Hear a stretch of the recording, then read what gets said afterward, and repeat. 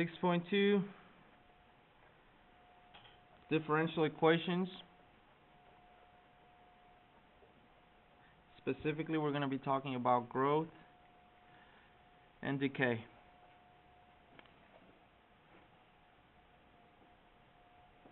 Alright, before we actually get into the whole point of growth and decay, we need to talk about something called separable differential equations. Okay? So we're going to talk about, I think I'm spelling this wrong. Is that how you spell it? I don't know. It sounds like it's cool. Okay, so separable differential equations, it really is just what it sounds like. We're going to be able to separate differential equations in order to solve them. Okay, and you're going to have to recognize when you have to do this. Okay, so basically what you're going to have is you're going to have a differential equation in the form of something like dy dx equals to f of y times g of x. As you notice, it's like you have two functions, but they have different variables. Okay, so you can't integrate, you can't solve for these differential equations when they're different variables. You're going to have to separate them. Okay, separate one variable onto one side and then the other variable onto the other side. Okay, so in other words, you're going to have to be able to rewrite this into something like, how can I get one variable on one side and the other variable on the other?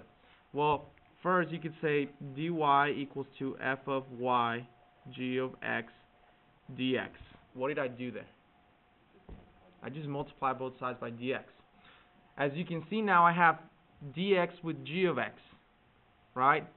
Same variable, but I still have this one here, so you're going to have to take it to the other side. So how are you going to take that f of y to the other side?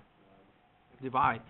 Okay, this process is just called separable differential equations. We're separating them. So in other words, we can rewrite this as 1 over f of y dy, or dy over f of y, your call, equals to gx dx. So if I ask you to solve this equation, starting here, you're going to have to go through this process before you even solve it. Do we understand what I mean by saying solving the differential equation?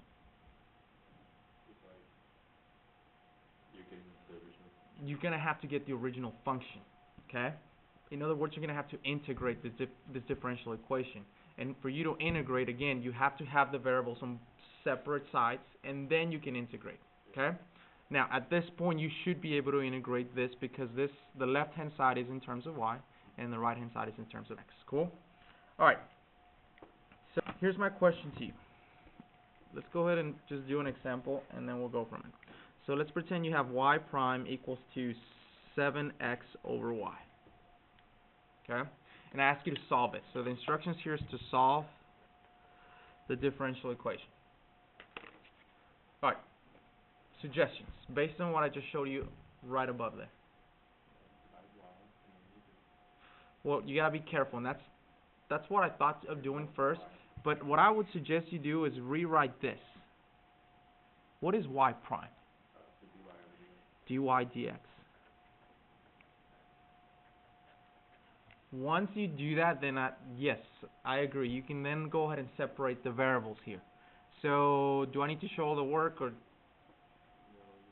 so are you guys okay with me saying that this is going to become 7x dx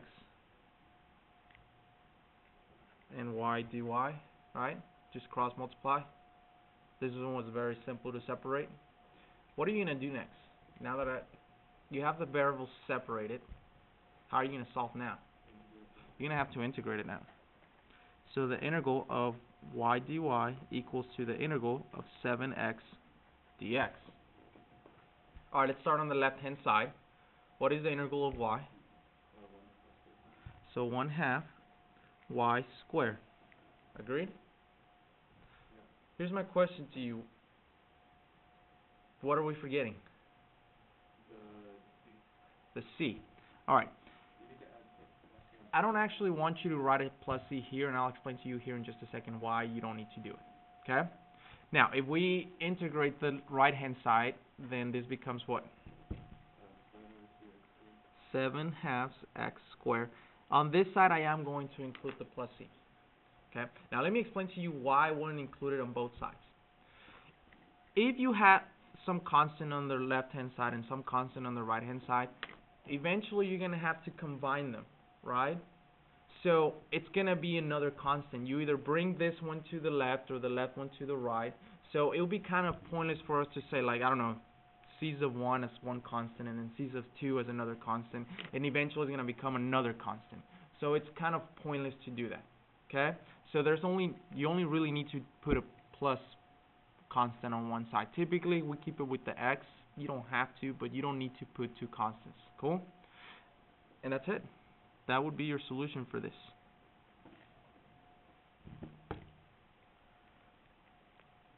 Alright. I want you to try one. And I'm going to make it a lot more complicated, but I feel like you guys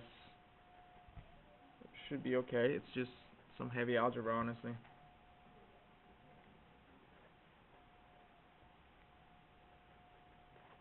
I need you to solve that differential equation.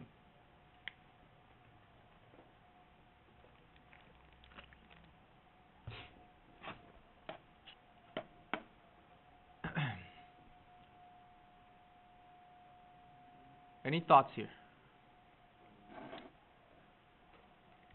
What do you guys suggest I do first? So you have 3y prime plus y prime times x to the third minus 6x squared times y equals to 0.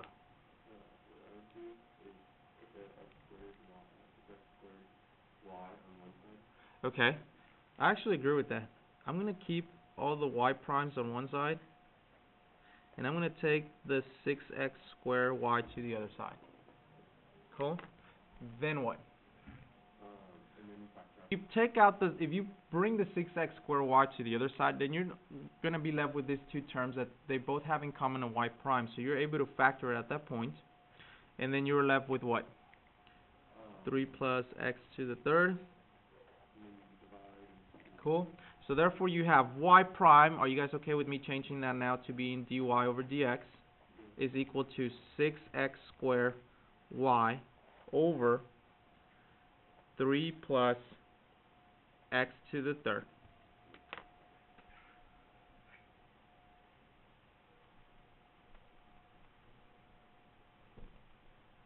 Cool? Alright. Well, that helped me put dy dx by itself on one side, right? But can I go ahead and integrate this? I cannot. This y right here is messing things up for me. I need to separate. I need to separate the variables. So how can I get rid of that y? Divide? Okay, so then this entire thing, can I say that that's the same thing as multiplying by 1 over y? Dy dx. I'll go ahead and do that. Yeah. Agreed? Bless you. Now I'm going to go ahead and do what Jack told me to do. Now I can go ahead and take the dx to the other side, right? So now I will have completely separated the differential equation here, right? Then I would have 1 over y dy equals to 6x squared over 3 plus x to the third dx. Cool? Now at this point, it's how well do you remember your integration rules? Okay? We're going to be able to now integrate this. So I got to integrate 1 over y dy, and I got to integrate 6x squared over 3 plus x to the third dx. Alright, the left hand side I feel like you should have no problem integrating. Okay? What is the integral of 1 over y? It's going to be the natural log, and we're going to say the absolute value, okay, because y could be negative and you can't take the natural log of a negative number, right? Okay, I'm not going to put the plus c here, again, for reasons that I discussed previously. But now the right hand side looks a little bit more complicated. Okay? Now, I would think of u substitution right away. What I want to discourage you from looking at here is I've noticed some students kind of look at this whole plus sign and then they have an x and a constant and they're like, oh, this has to be an inverse. Don't think that right away. Okay? What I always like to check first is if you were to differentiate the denominator, could you get the numerator. Think about it. What is the derivative of the denominator here?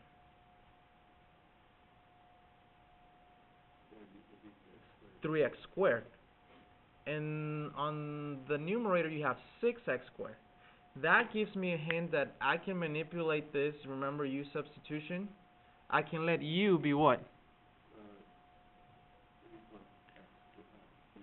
3 plus x cubed. Therefore the derivative of u is what? 3x squared dx, right?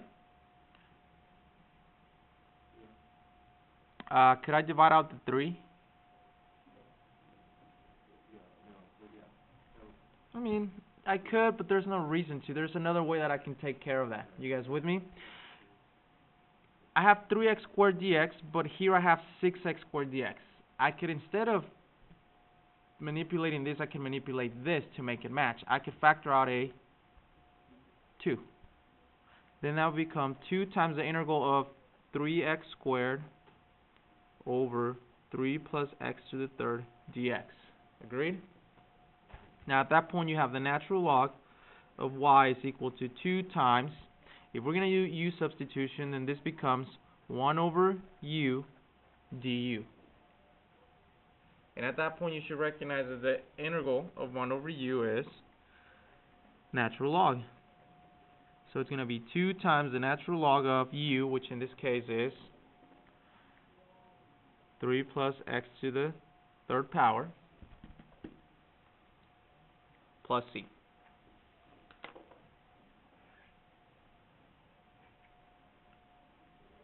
Agreed? Okay. This would, in my opinion, this would be a perfectly acceptable answer, but it's not going to be that. You're going to have to remember your rules of logarithms here. Okay? First rule of logarithm that you need to remember here is what happens when you have a number or a constant in front of a logarithm? It's actually a power. So we can actually rewrite this as the natural log of y equals to the natural log of 3 plus x to the third squared. Yes, with me? And you still have the plus c. Now, let me ask you something. If you're going to square something, are the absolute value necessary anymore? No, because it's always going to be positive. So you can actually go ahead and get rid of this absolute value, and we can turn them into just parentheses. Okay? You guys with me? Go ahead and get rid of that. Okay. Now, is there any way that you can get rid of logs? In this case, a natural log. Think of solving equations with logarithms. How can I get rid of a natural logarithm? It's a little tricky. Exactly. What if we do this? E and I raise it to that power.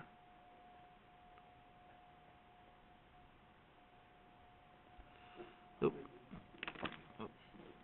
Hold on, sorry.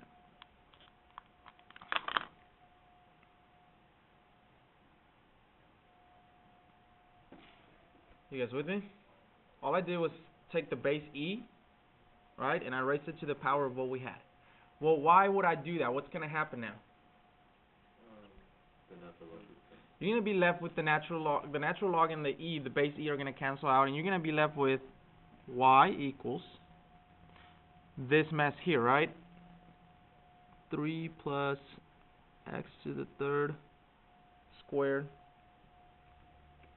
But you have to be careful. It's not just going to be plus c. Well, you have to be careful because you took e and you raised it to this entire statement right here. Agreed? And I'm running out of paper, so I'm going to have probably just rewrite it. Okay?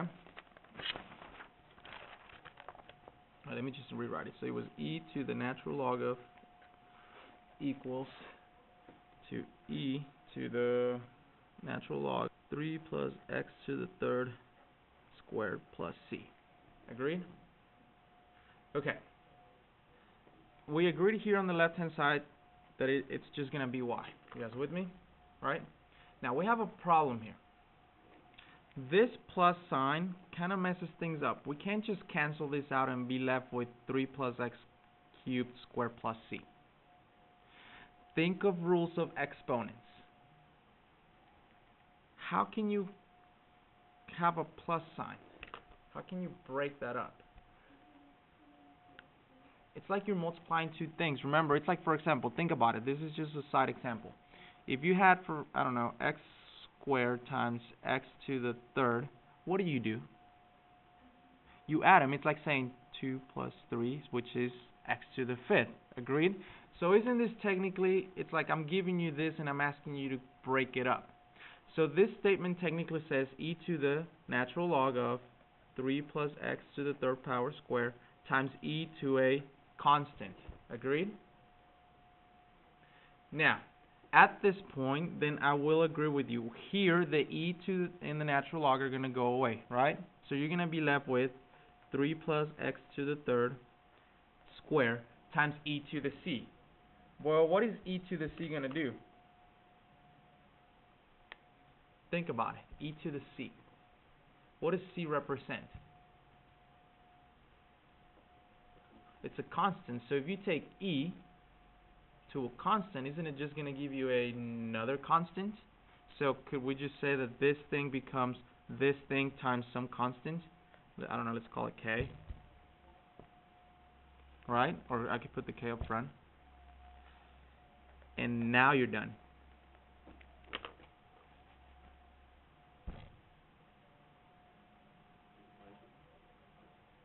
I just call it it could be anything. Call it c sub 2 if you want. Okay. You go through all this work, but how can you make sure that you got the right answer? Yeah. Yes, I mean you can differentiate it and check your work. Okay. We're not going to do that for time's sake, but just letting you know you are integrating. So to check your work, you can differentiate. Right here, because it's like we have this entire thing was a power, right? So remember, like with this example, so like if I have added them, then you can break it up into 2 multiplying. Cool. All right, questions so far? All right, this might seem a little pointless to you, but the reason why I showed how to do all that process is because we need to talk about growth and decay. And with growth and decay, there is a certain formula that you've seen a couple of times. Does anyone remember it? Something 2 times e to the power and then raised. Right? No? Okay. That's fine. Alright. First of all, before we get there, let me kind of talk about why we're going to be talking about growth and decay. Many applications that we're going to be using have to do with the rate of change of a variable that is proportional to another variable. Okay? So let's pretend, for example, that you have, I don't know, dy over dt. So you're comparing y to time. Agreed? If I'm telling you that it's proportional, and I actually gave you a bonus question about this. You guys remember where I said it's proportional? I don't remember what the question said. I'll look back into it. But we're looking for a constant of proportionality. I remember that. You guys recall? Sort of? Okay. It was a bonus on like a couple tests back. Yeah, it was an FRQ. Okay. You had a constant of proportionality. So here's why. So we're talking about, you're going to have a constant of proportionality, right? So let's say you have dy over dt equals to some constant of proportionality. Okay, so here's constant of proportionality.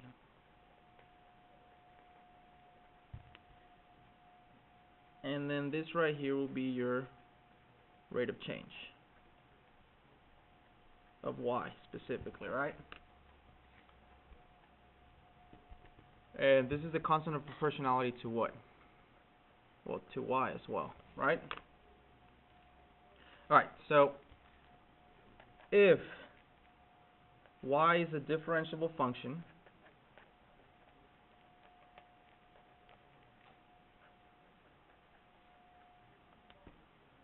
of t, so in this case, because we're talking about time, such that y is greater than 0 and y prime is equal to ky for some constant,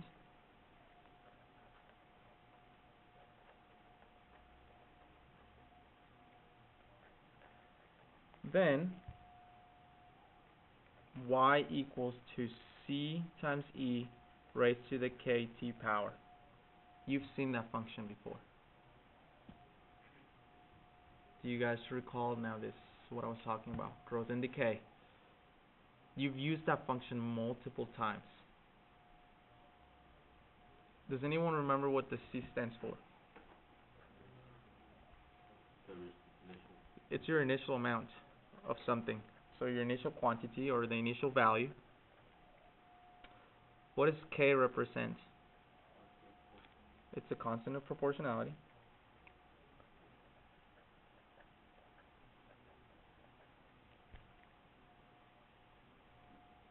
Let's talk about k for a moment. If k is greater than 0, you have what we call exponential growth. But if k is less than 0, we have what we call exponential decay.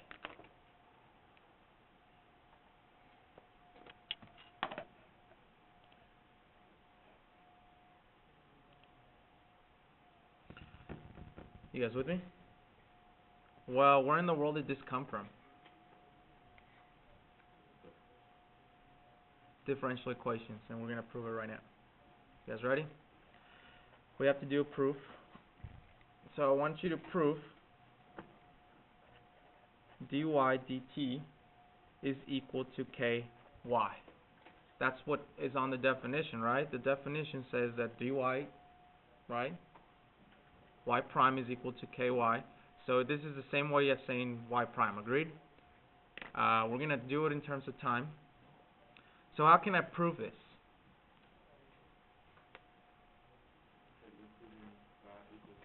I'm going to prove this is eventually going to become that. We need to, that's the reason why I show you separation of variables. Let's separate the variables. Okay? So if I separate the variables, what does this become? So dy over y equals k dt. Agreed? Now what? We're going to integrate this. So the integral of dy over y equals to the integral of k dt. Well, what is the integral? This is the same thing as saying 1 over y dy, right? So the natural log of the absolute value of y equals to what? Good. K is just a constant, so it's like having just a number. So kt plus c. Agreed?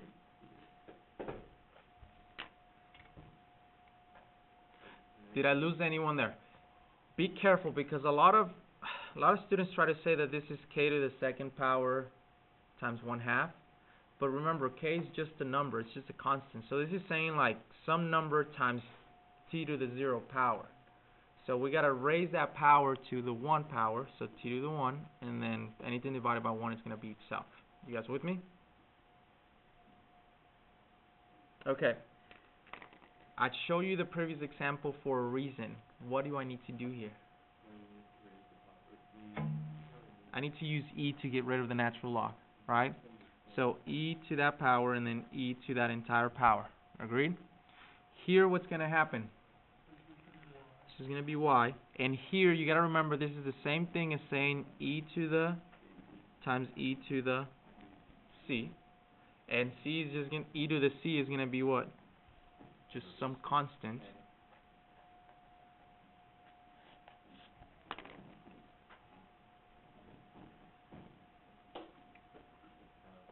And here is where that function came from.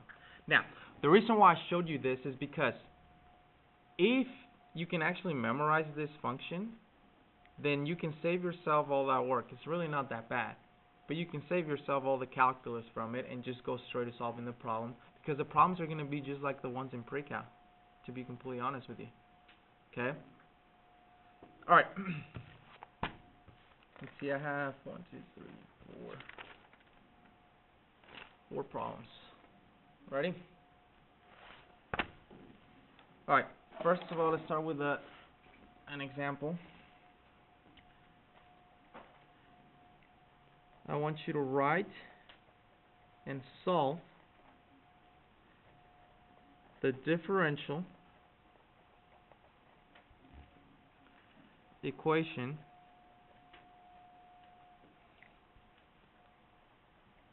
that models the following. The rate of m with respect, rate of change of m with respect to time is inversely proportional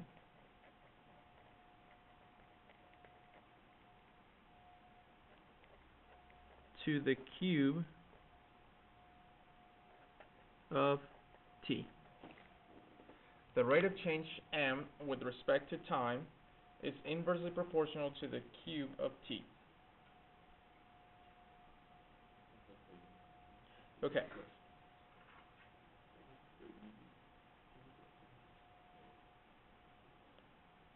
What do we think?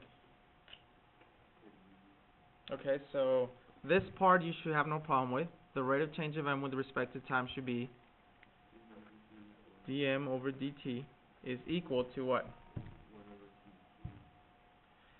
Well, not just 1 over t cubed. I do agree with you that it's inversely proportional. That means you're dividing by t cubed. But it's some constant, right? Because we have a constant of proportionality. Agreed?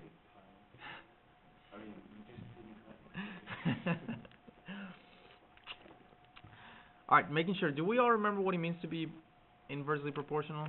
Like inversely? Relationship? It's just division, right? Okay. So here we go. It says you wrote it. Great. Now solve for it. Go for it. I've shown you a few examples. Try it on your own.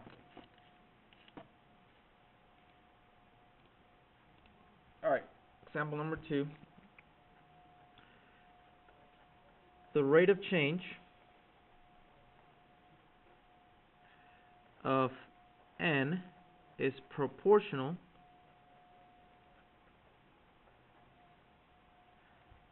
to n.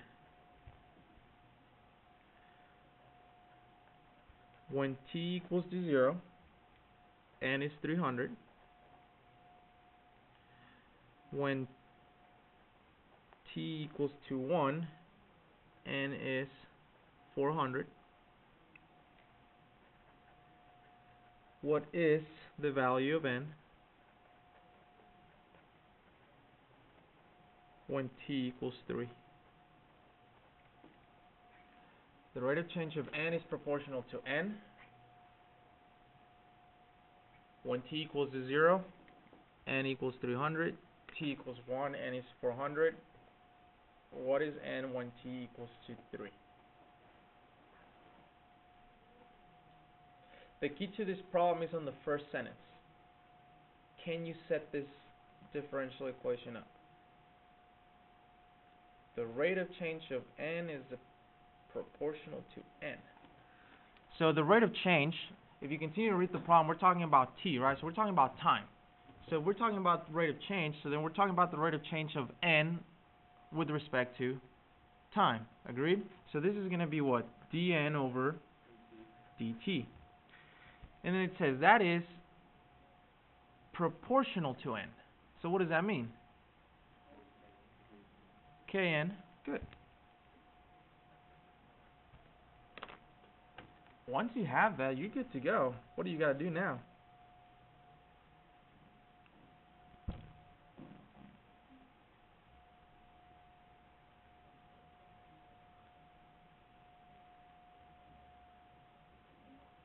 So what would you do from here?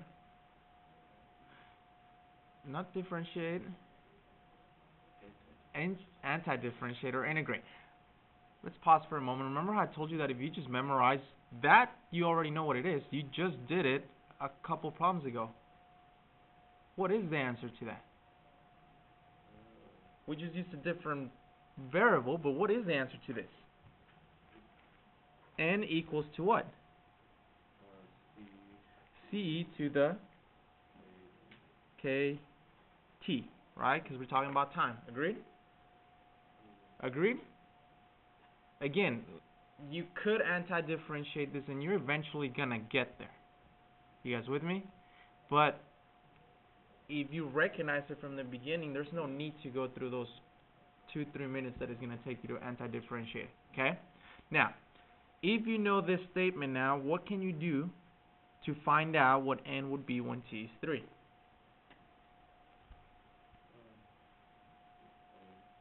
Well, you need to know what this constant is. Agreed? And you also need to know what this constant of proportionality is. That's the reason why you have this information given to you.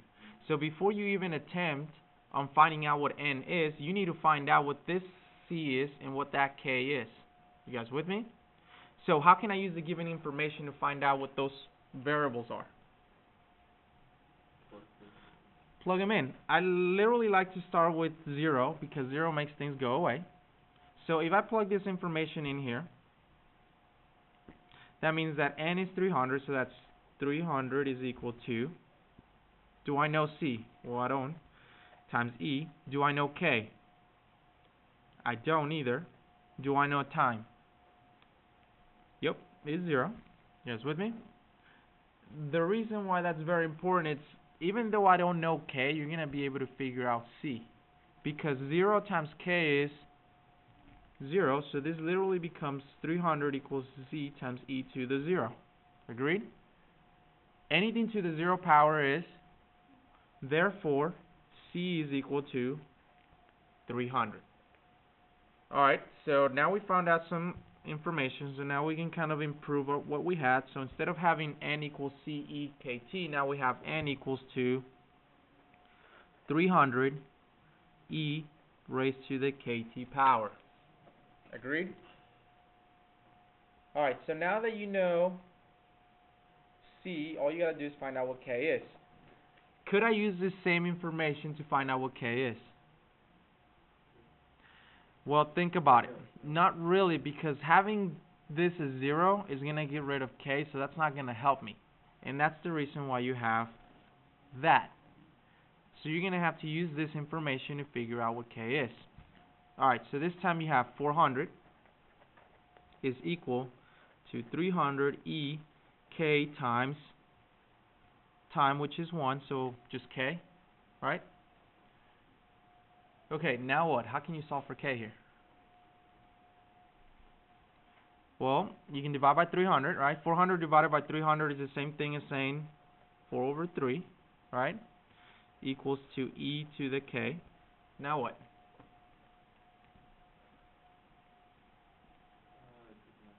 Take the natural log, right? So then you have natural log of 4/3 equals to k. You guys with me? Alright, so then what is the equation here? N equals what? 300 e natural log 4/3 times t. Okay? Better than that. Okay? Now I'm going to be honest, the question like this is probably going to be in the calculator part of it. Okay? Because they asked you to find out what n would be when t is 3. Agreed? So now we can find out what n is when this is 3, right? So n of 3 equals to 300 e raised to the 3 times the natural log of 4/3. Agreed?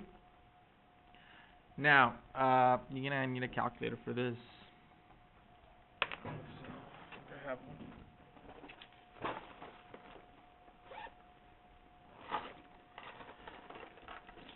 So if you have a calculator, I will just plug it in.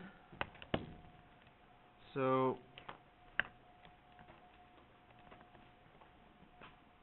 300, 711. Any decimals? So 0.111. If you have a calculator.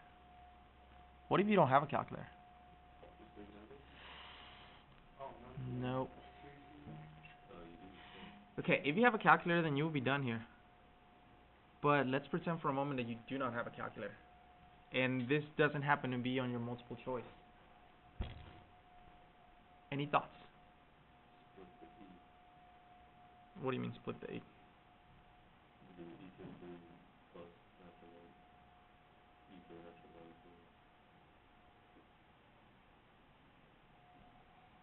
Okay, say that one more time, I'm sorry. You do 300 e to the power 3 e to the power 3 plus. Oh, this? No.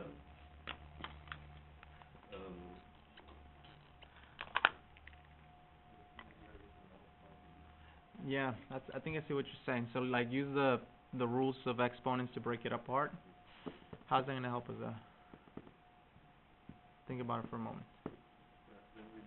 Then you're just kind of making the problem a little bit more difficult. Okay. Well, let me ask you something. I'm going to go up here and continue the problem up here. Well, remember how, ignore this for a moment. What does that mean here when you have a constant in front of a natural log?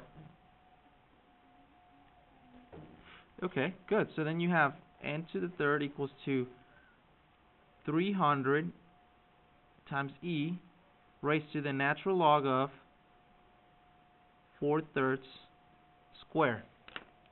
You guys with me? Well, why would I want to do that? Does anyone notice what's going to happen here? Oh, I'm sorry, it's a cube. Sorry, cubed.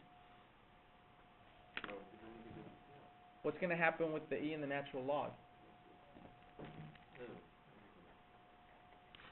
300 times 4/3 cubed, right?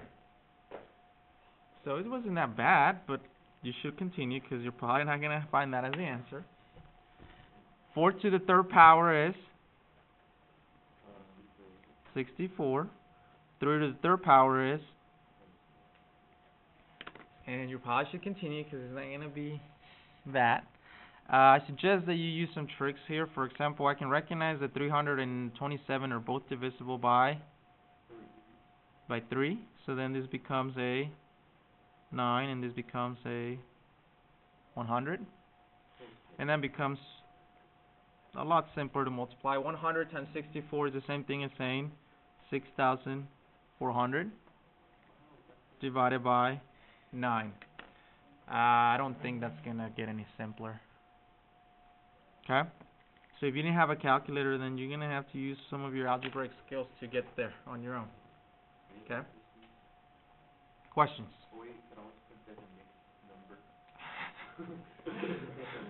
You could. You could. Alright, let's see. We got 2 more examples.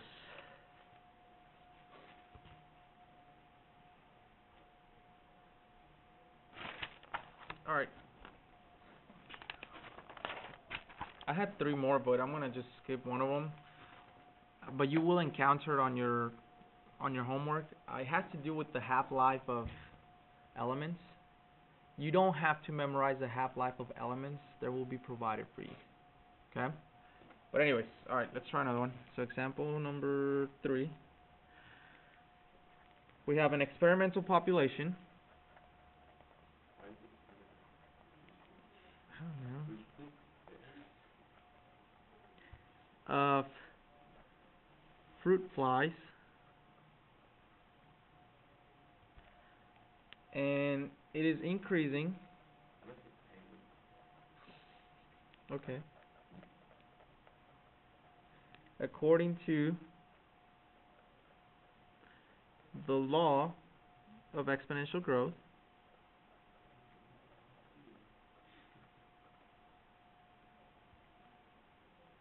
Okay. there were 100 flies after the second day, 300 flies after the fourth day,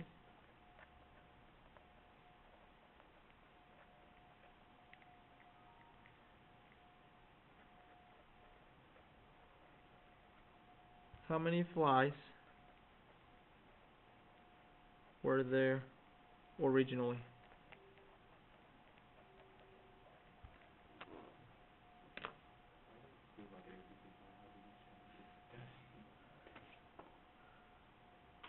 So there were 100 after the second day, 300 after the fourth. How many flies did the experiment basically start with?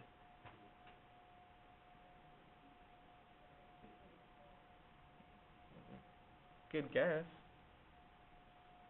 Your ex- My guess is 38.2222. Alright, without guessing, what can we do here to find out what it originally was? Well, you don't actually have to do the calculus part of it if you remember the equation. What is the equation? But if you don't remember that, then you're going to have to set this rate of change on your own.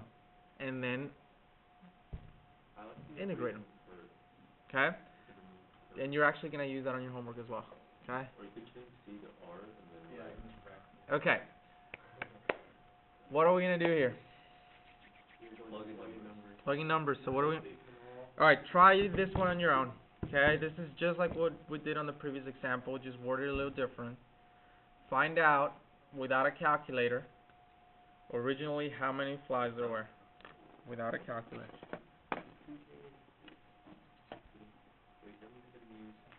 Okay, so let me help you get started. So here's what we know on this problem. We know that after the second day you have how many? 100? So here's what we know. We know that we have 100. We don't know what C is. Agreed? We don't know what K is, but we know that T is what? Dos. Very good. Now, unlike the previous example, we had the 0 and that was it went away and that's how we could find C. Well, unfortunately, time here is not 0, so it's not going to go away, but I can still solve for C. Hope you realize that. So how can I solve for C? Divide by. Agreed? Therefore, C is equal to 100 over, can I write it as 2K instead of K2? Same thing? we're done, right? No. I solved for C first by doing the natural log 100 over C over 2. No. Hey, let's see if we get to do it. I mean, go for it. Okay, are you guys fine with how I found C? Now that I have C, you can go ahead and rewrite this as y equals 100 over e raised to the 2k times e k t. Agreed?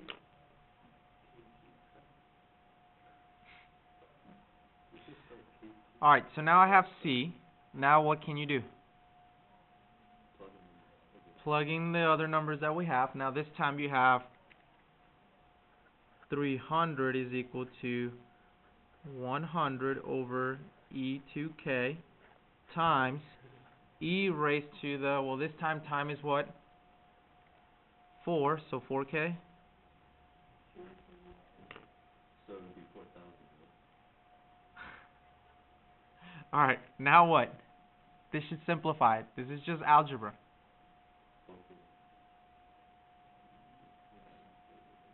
Okay. 300 equals to 100 times e 4k over e 2k.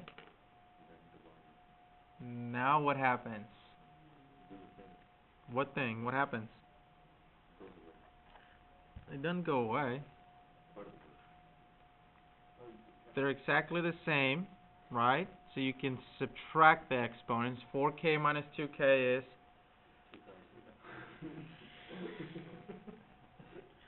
Oh my god.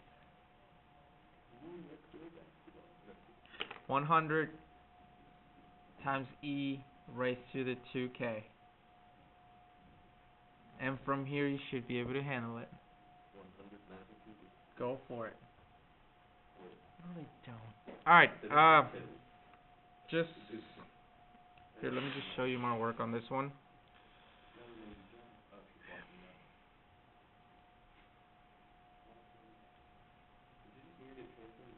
I got k being natural log of 3 divided by 2.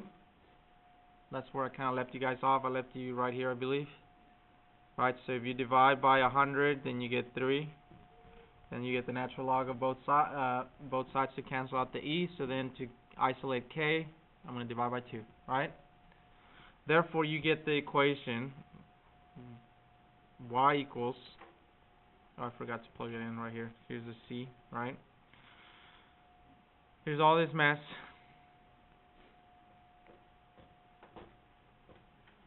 And why did I plug in 0? I was looking for when I started, right? So no time has passed, right? So if you plug in 0, then it gives you 100 over 3, which is approximately 33 flats. Yes, sir. And if you have seen that ln 3 equals 2k, and then look at the original equation 100 equals e times e to the 2k, and plug in ln 2k, ln 2. Kind of lost you halfway. I'm going to be honest. Say that one more time. Hold on, let me pause the video because I didn't hear what you said. Last problem. We're going to talk about Newton's law of cooling.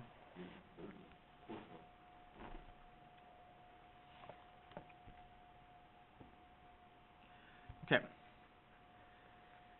The rate of change in temperature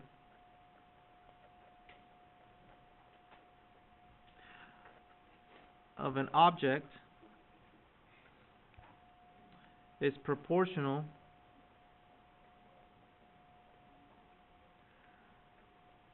to the difference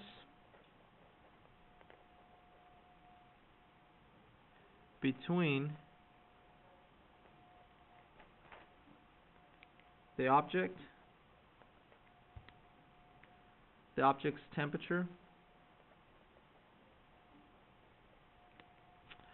and the temperature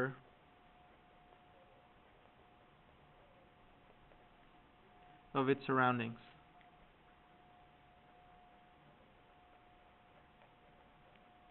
So I'll give you some time to write it down. So the rate of change in temperature of an object is proportional to the difference between the object's temperature and the temperature of its surroundings. That makes sense, right? Think about it. Think about your own body temperature. It's directly affected by the temperature of its surroundings, right? So like right now you're in here. Maybe you think it's cold, but if you go outside you probably think it's colder. Like you'll feel it right away and your temp. So that's Newton's law of cooling.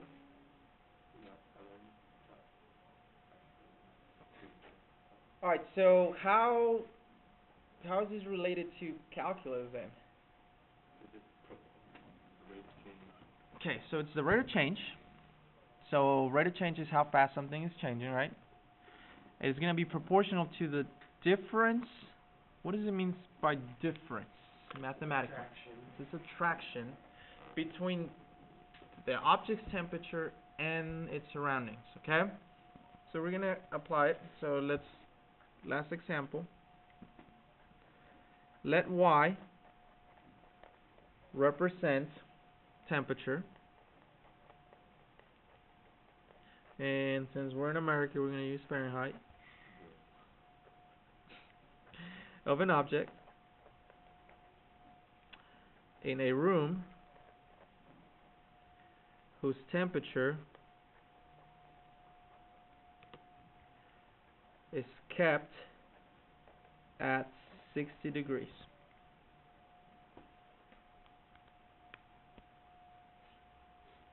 So just to keep it simple, we're going to keep a constant temperature, right? 60 degrees. It's always a 60 degrees. The object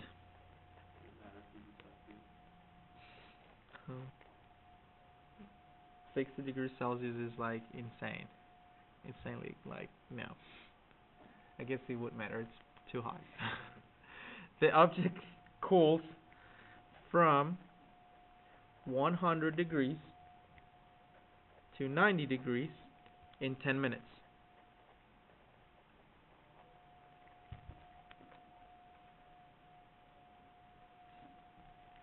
How much longer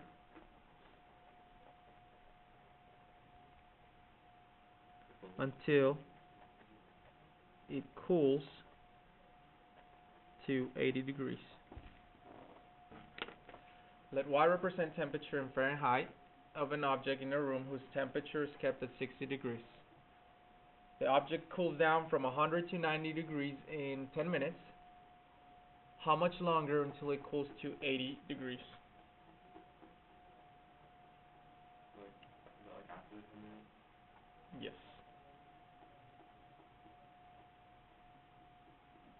Alright. How are we going to solve this problem, guys? We need to have a differential equation to start off with. Okay, what's our differential equation going to be? Well, it says the rate of change in temperature of an object is proportional. So, rate of change is going to be dy dt, right? It's proportional. So, we've already dealt with proportional. This is something times a constant, right? But it says it's proportional to what? The difference between the object's temperature and the temperature of its surroundings. So what is the temperature of the object? Do we know it? That's what we're looking for, right? So we called it Y, right? Let Y represent the temperature. Minus, what's the temperature of its surroundings? 60. dy dt equals to K times Y minus 60. Alright. We need to solve this differential equation. And to solve this differential equation, you need to do what? Separation of variables. Which becomes then what? I need to get the Y to that side, right?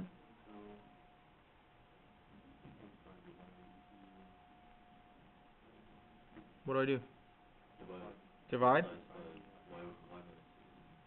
Okay, so dy over y minus 60 equals to k dt. You guys okay with that? I'd multiply this by dt, and then I divide it by y minus 60. Right? 2 steps at once. Now what? Have you successfully separated variables? Yes. Can you integrate now? Hopefully. That's a good statement. Hopefully we can. Alright. The right hand side you should have no problem with. The integral of k dt is kt plus c. What is the integral of, technically this is the same thing as saying 1 over y minus 60, right? The natural log of absolute value of y minus 60. How did you know that right away? Think about it. The derivative of y is just 1, which you already have up there, right? Okay, now that you have this, what are you going to do? To get rid of the natural log, we're going to say e to the natural log of y minus 60 equals to e kt times e to the c, right? So on the right hand side you have this expression that keeps coming back in, right? But on the left hand side you have y minus 60. Agreed? Therefore y is equal to what? 60 plus CE KT. Right?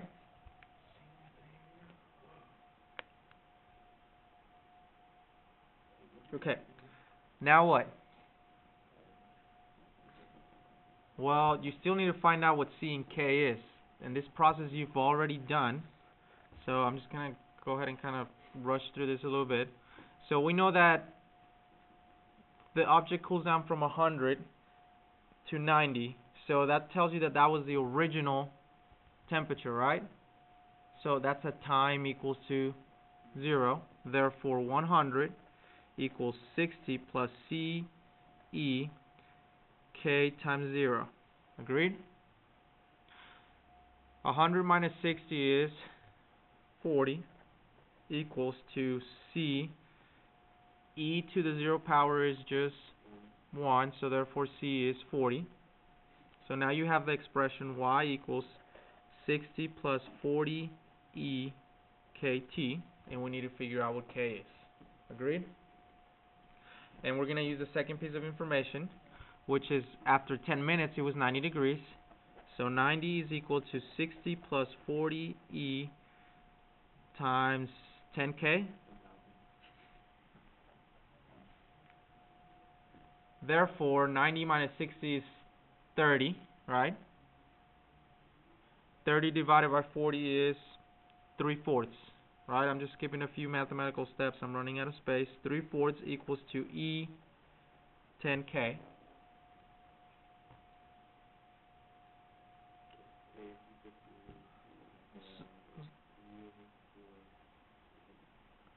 So K is equal to the natural to the 10th power. Well, you're going to divide by 10, right? So this is 1/10, right? Or you can rewrite it as natural log of 3/4 to the 1/10 power, right? Therefore, you have y equals 60 plus 40 E raised to the natural log of 3/4 to the 1/10 times time.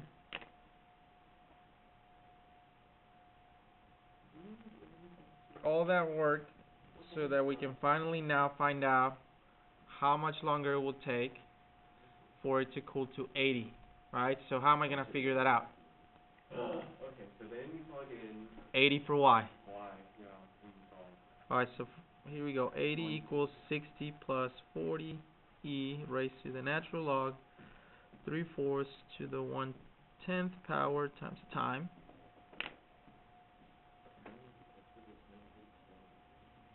Yes. Yeah. Go ahead and show everyone what you're doing. I like what you're doing. Come on. Come on. Yeah. Come on. From here, I know you guys can solve it. So, like, you can go ahead and solve it, or you can try what Sav is going to do, which is also perfectly acceptable. Let me pause the video real quick, because unfortunately, sorry if you're watching the video, you can't see him. If you're watching the video, check your work. And